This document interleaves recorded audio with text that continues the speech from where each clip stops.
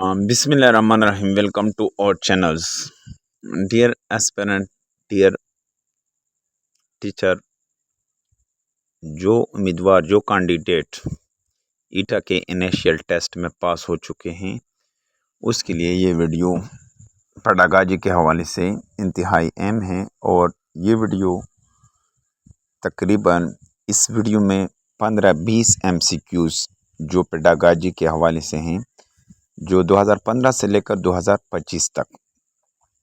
Question number 1, The zone of proximal development theory was proposed by।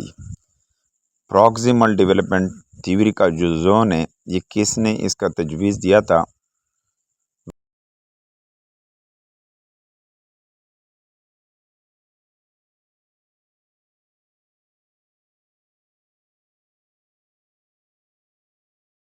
हैं ये 3-4 पेपरों में तकरीबन 2015, 17, 19, 21 के पेपर में ये रिपीट हो चुका है। दूसरा क्वेश्चन है question number 2, behaviourism emphasise learning through. Behaviourism जो है थ्योरी है वो किस चीज़ पर, लर्निंग किसके ज़रिए से होना चाहिए? Stimulus response association. यहाँ पर ऑप्शन सी आपके पास दुरुस्त जवाब बनता है। ये भी बार बार रिपीटेड क्वेश्चंस हैं। Question number 3, the best method for developing critical thinking is. जो क्रिटिकल थिंकिंग है उसके लिए बेस्ट तरीका कौन सा है? Inquired based learning. Option B यहाँ पर दुरुस्त जवाब है तीसरे क्वेश्चन में। चौथे नंबर पर ये भी बार बार रिपीटेड MCQs 2018, 2021 और 2024 के पेपरों में आया हुआ है। Cooperating learning focus on. Cooperating learning जो है किस पर फोकस करता है? Small group calibration. इसका ऑप्शन सी आपके पास दुरुस्त जवाब है। ये DM के 2019 पेपर में और 2023 की PET टेस्ट में ये आया हुआ है MCQs हैं। Question number 5, the most important component of A lesson plan is. जो सबसे अहम जुज़ है लेसन प्लान का वो क्या है? Learning objective. ऑप्शन बी यहाँ पर दुरुस्त जवाब है इस क्वेश्चन में। क्वेश्चन नंबर 5 में ये भी रिपीटेड MCQs है 2017 और 2020 और 2023 की SST में ये भी आया हुआ है। Question number 6, a good lesson plan include all except. Good एक अच्छा लेसन प्लान क्या होता है? इसमें सारी चीज़ें शामिल होते हैं सिवाय किसके? Teachers personal problems. यानी ऑप्शन सी यहाँ पर इसमें जो है ऑप्शन सी दुरुस्त जवाब है। यानी असेसमेंट इसमें शामिल होता है, स्टूडेंट एक्टिविटीज़ शामिल होता है, टाइम मैनेजमेंट, ये सारे चीज़ें शामिल होते हैं, लेकिन टीचर्स पर्सनल प्रॉब्लम्स इसका नहीं होना चाहिए। ये रिपीटेड है PET 2016 और 2022 के पेपर में। क्लासरूम मैनेजमेंट ये जो हमारे पास इस टॉपिक पर भी, the most effective way to handle an noisy class is.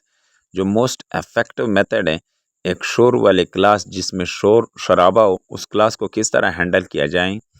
Engaging them in an activity. यानी उसको एंगेज करना चाहिए किसमें? एक्टिविटी में। यहाँ पर ऑप्शन बी दुरुस्त जवाब है क्वेश्चन 7 में। ये भी रिपीटेड है 2018 और 2022 के पेपर में। Positive reinforcement involves. Positive reinforcement किस चीज़ में शामिल है? Reward desired behaviour. Option B आपके पास इस क्वेश्चन में दुरुस्त जवाब है। ये भी रिपीटेड 2017 और 2021 के पेपर में। और क्वेश्चन नंबर जो हमारे पास टॉपिक है असेसमेंट एंड एवेल्यूएशन, इस टॉपिक पर formative assessment is used to. Formative assessment क्या है? Formative assessment improve instructions. ये असेसमेंट कितने तरह के होते हैं? एक होते हैं प्लेसमेंट, एक होता है फॉर्मेटिव असेसमेंट, एक होता है डायग्नोस्टिक असेसमेंट। लेकिन यहाँ पर जो है formative assessment is used to improve instructions. ये इंस्ट्रक्शन इससे इम्प्रूव होता है। ये 9 टाइम ये क्वेश्चन आया। At question number 10, a test given at the end of course is called summative assessment। यानी वो जो कोर्स के एंड में होता है उसको समेटिव असेसमेंट कहते हैं। जो ब्लॉम्स टैक्सोनॉमी, ये जो टॉपिक हैं ये इंतहाई अहम और सारे जो क्वेश्चन मैं डिस्कस करने वाला हूँ इस वीडियो में ये इंतहाई अहम और बार बार रिपीटेड हैं और इसके आने के चांसेस भी हैं। The highest level of cognitive domain is, जो हाईएस्ट लेवल है कॉग्निटिव डोमेन का वो क्या है? क्रिएटिंग। इसके 5 स्टेप हैं कॉग्निटिव डोमेन के, 6 स्टेप हैं, लेकिन जो सबसे ज़रूरी है हाईएस्ट लेवल है वो क्या है? कॉग्निटिव डोमेन का वो क्या है? क्रिएटिंग है। ये 2018 और 2022 और SST 2024 में क्वेश्चन बार बार रिपीटेड आया हुआ है। इस दफ़ा भी चांसेस इसके हैं। कमेंट में आपने ज़रूर बताना है कि ये जो टॉपिक मैं डिस्कस कर रहा हूँ ये MM टॉपिक है या इसमें कोई शक शुबे की बात है। Demonstrating a skill belong to which domain? Demonstrating skill जो है ये किस डोमेन से ताल्लुक़ रखते हैं? साइकोमोटर। ऑप्शन सी यहाँ पर दुरुस्त जवाब है। यहाँ पर instructional strategies, differentiated instruction means, यहाँ पर option B adapt to diverse learning needs. Question number 14, the best use of technology in classroom is for, जो बेस्ट यूज़ है टेक्नोलॉजी का वो किसके लिए? क्लासरूम के लिए किस? एनहांसिंग इंटरेक्टिव लर्निंग, इससे बढ़ जाती है इंटरेक्टिव लर्निंग। ऑप्शंस भी यहाँ पर दुरुस्त जवाब। ये क्वेश्चन जो है 2017 और SST 2023 में ये रिपीटेड हुआ है। Motivation in learning, intrinsic motivation comes from, intrinsic motivation कहाँ से आता है?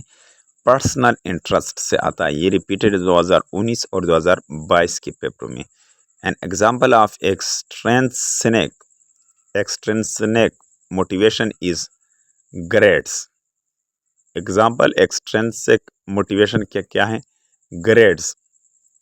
रिपीटेड हुआ है PST 2016 और PET 2020 में। चाइल्ड अकॉर्डिंग टू पाइजे, the sensorimotor stage occurs at, जो सेंसर मोटर स्टेज है ये 0 से लेकर 2 साल तक। यहाँ पर ये भी डियर टीचर्स ये भी याद रखना है कि सेंसर यानी सेंस से आया हुआ है, 5 सेंसेस की तरफ इशारा है। यहाँ पर जो बच्चा होता है वो छोटे उम्र में 5 सेंसेस से यानी टचिंग, सेइंग, इस चीज़ से वो सीखता है, देखने से वो सीखता है। यहाँ पर ऑप्शन ए दुरुस्त जवाब है। ये भी रिपीटेड है। ये MCQ 2018-2021 के पेपर में। Emotional development in children is most influenced by, emotional development बच्चों में कौन ज़्यादा इस पर असरात होते हैं? पीर रिलेशनशिप। यहाँ पर ऑप्शन बी दुरुस्त जवाब है। ये CT 2020 PET 2023 में क्वेश्चन रिपीटेड हुआ। The focus of Pakistani national education policy 2021 is on, जो कौमी पॉलिसी हैं एजुकेशनल पॉलिसी 2021 के तहत ये क्या है? क्रिटिकल थिंकिंग एंड स्किल, यानी इस पर उन्होंने बात की। ये रिपीटेड PST 2022 और 2024 के DM में। The single national curriculum aims to, single national curriculum का क्या मतलब है?